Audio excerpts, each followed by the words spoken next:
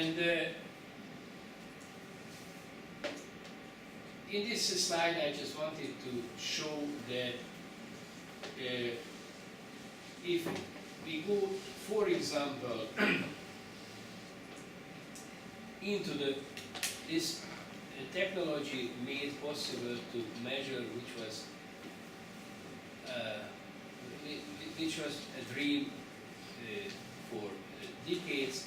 In this case, this measurement was done on pregnant lambs.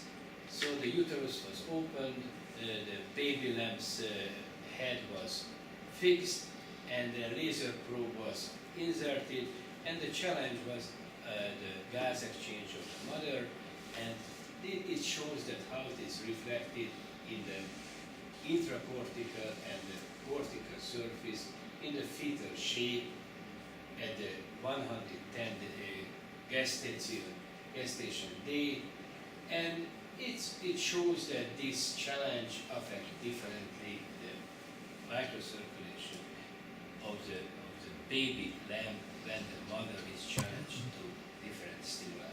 Just I'd like to show you that a single fiber optic goes into the uterus, and this single fiber optic is delivering information which was never being get before.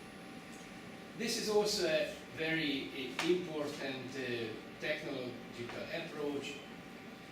In the rodents, you know or not, but I tell you here that the rodents don't see well. They have a good smell. Rats and mice have very good smell, and they taste also well. But because they are nocturnal animals, they cannot see well. But how do they check their space? There are these hairs at the foreface. These are called whiskers, and they can sense how these whiskers are reflecting to the change of the environment. And it could be a small movement of air. In this case, the stimulus is an air pump which is affecting the whiskers, and on the opposite side of the brain is activated because it's a sensory cortical area, and from this area we can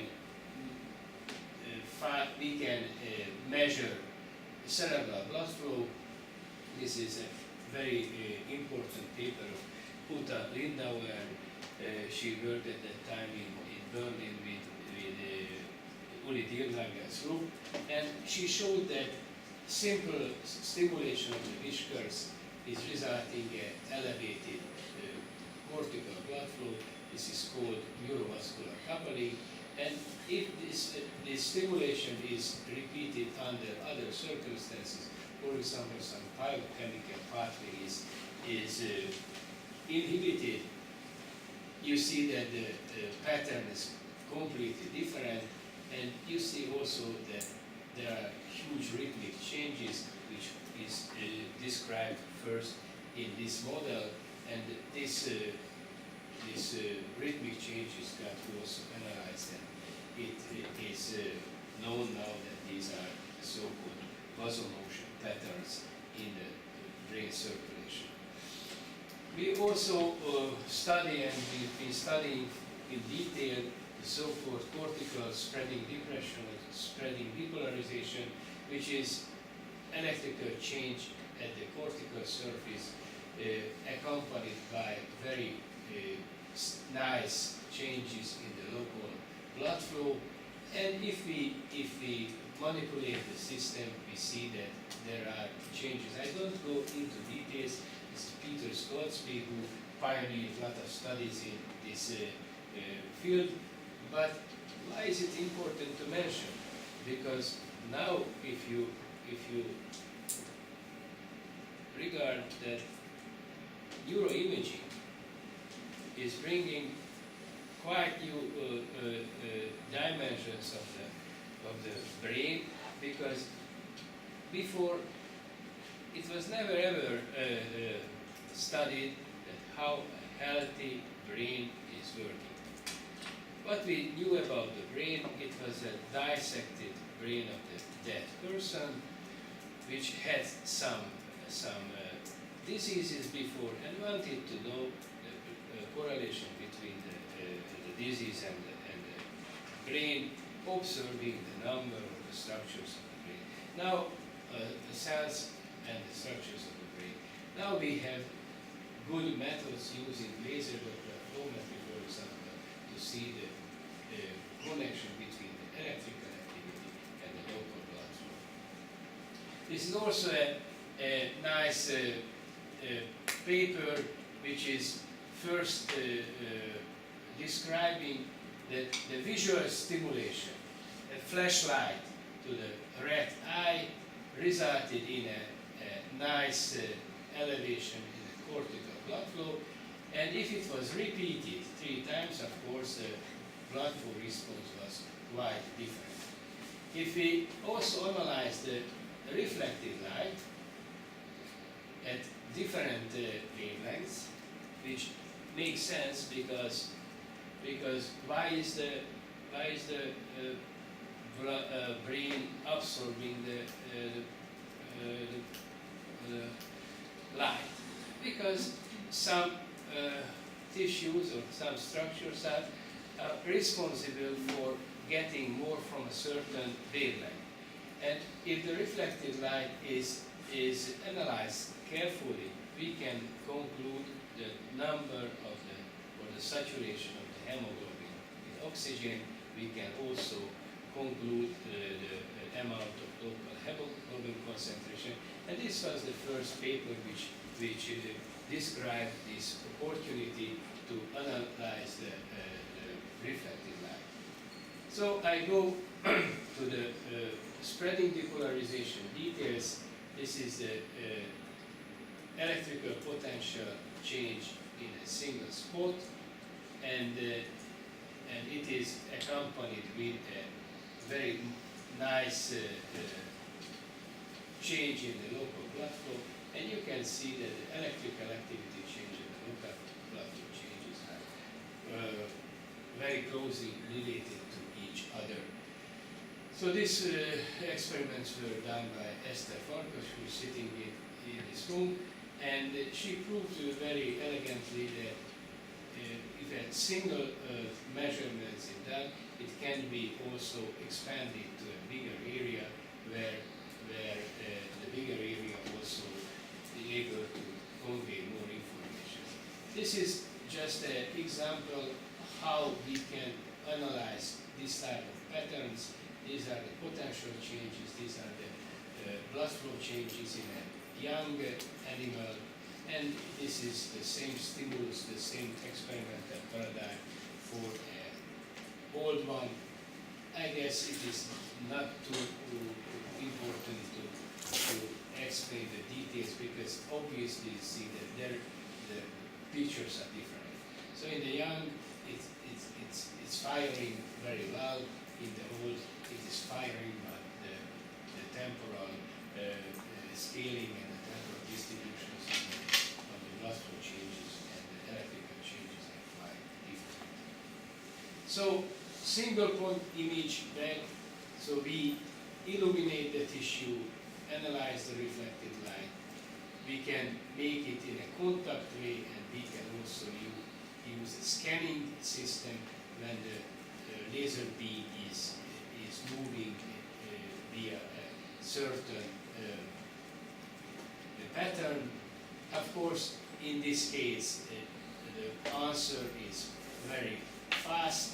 It can be very quickly analyzed. In this case, it takes time to move the laser light in a certain pattern, and of course, something happens here.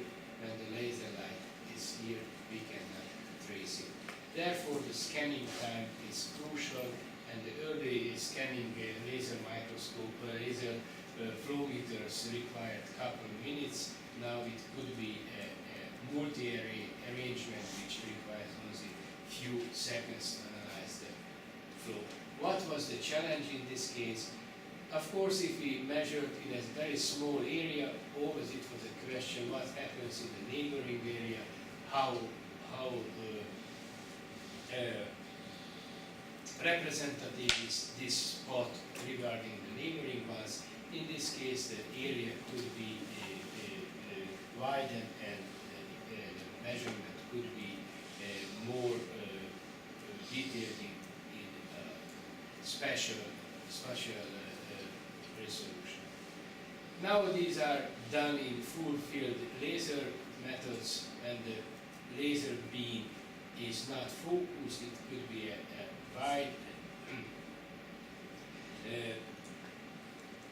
angle laser light, and in this case the detector and the signal processing could be quite different, but it solves the problem when the scanning was slow, when the point was very tiny.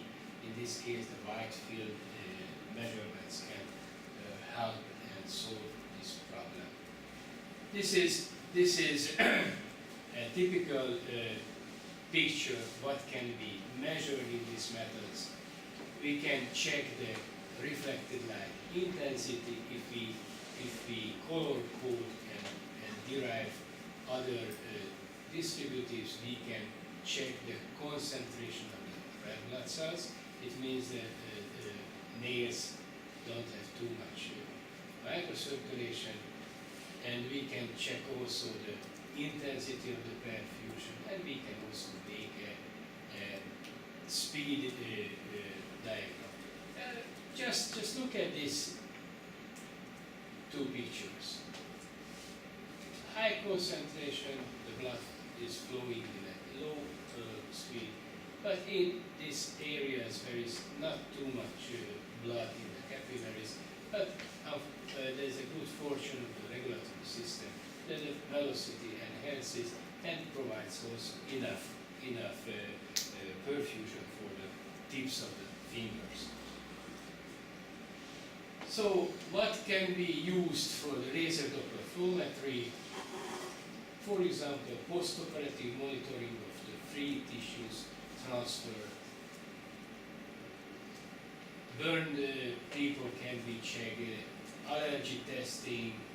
It is now widely used in gastroenterology, as I mentioned, in cerebral blood flow and pharmacology trials.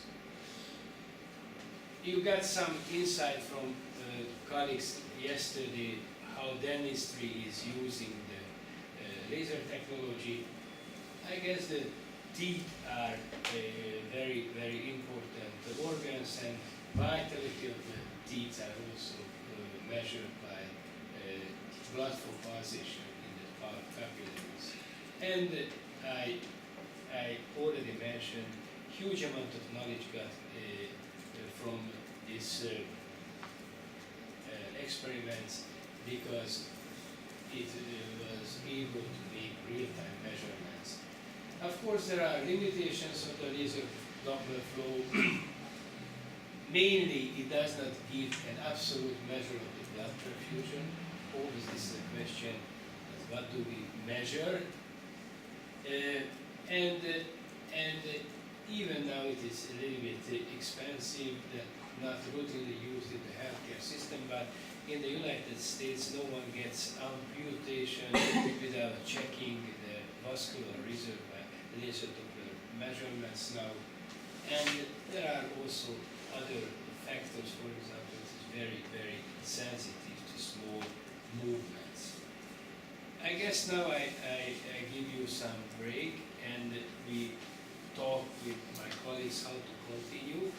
I have also a set of interesting slides, so we have almost 2 more hours. We can have a small break and go further. Okay.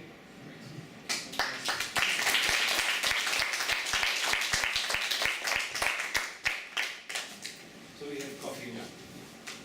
What coffee? Let's hope.